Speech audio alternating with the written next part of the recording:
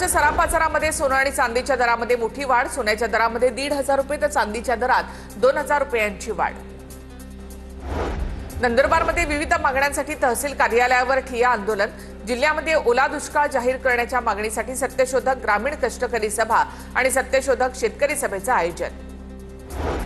गोंदियाला पावसानं झोडपलं। कापणी केलेलं धान पीक पावसामध्ये भिजलं, त्यामुळे शेतकऱ्यांचं मोठं नुकसान। शासनाने पंचनामे करून नुकसान भरपाई देण्याची शेतकऱ्यांची मागणी। सातारा करडाच्या सह्याद्री सहकारी साखर कारखान्याच्या 52व्या ऊस गळीत हंगामाचा शुभारंभ। माजी मंत्री बाळासाहेब पाटील, संचालक जसराज पाटील यांच्या हस्ते शुभारंभ।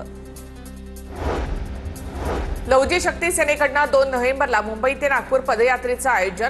आरक्षण प्रश्नावर मातंग समाज आक्रमक।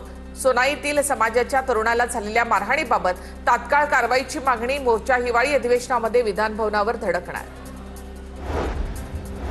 नाशिकच्या मनमाडमधील शीख बांधवांचा ऐतिहासिक गुरुद्वारा पाडण्याचं काम सुरू। नवीन अद्ययावत इमारतीचं काम सुरू। नवीन इमारतीमध्ये सुसज्ज दरबार, भव्य लंगर हॉल तसंच येणाऱ्या भाविकांसाठी 700 आधुनिक झाल्या या ठिकाणी उभारण्यात येणार। कराडमधील कृष्णा नदीकाठावरील धार्मिक स्थळाच्या विकासासाठी 2 कोटींचा निधी। रेठरे, बुद्रुक आणि अटके परिसरातील धार्मिक स्थळांचा विकास होणार। आमदार अतुल भोसले यांनी निधी आणला।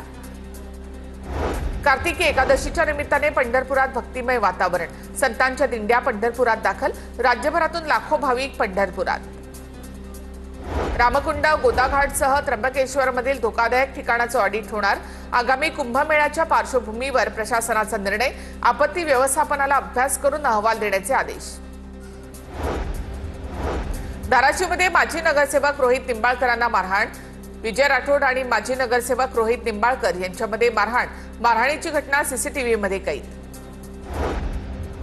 विदर्भासह छत्तीसगडच्या काही भागात आज मुसळधार पावसाची शक्यता।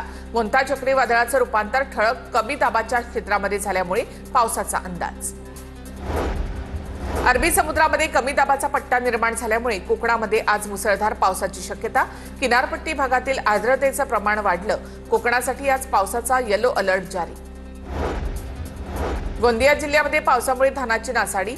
पंचनामे करून आर्थिक मदत मिळावी शेतकऱ्यांची मागणी। जिल्ह्यामध्ये अद्यापही जोरदार पाऊस।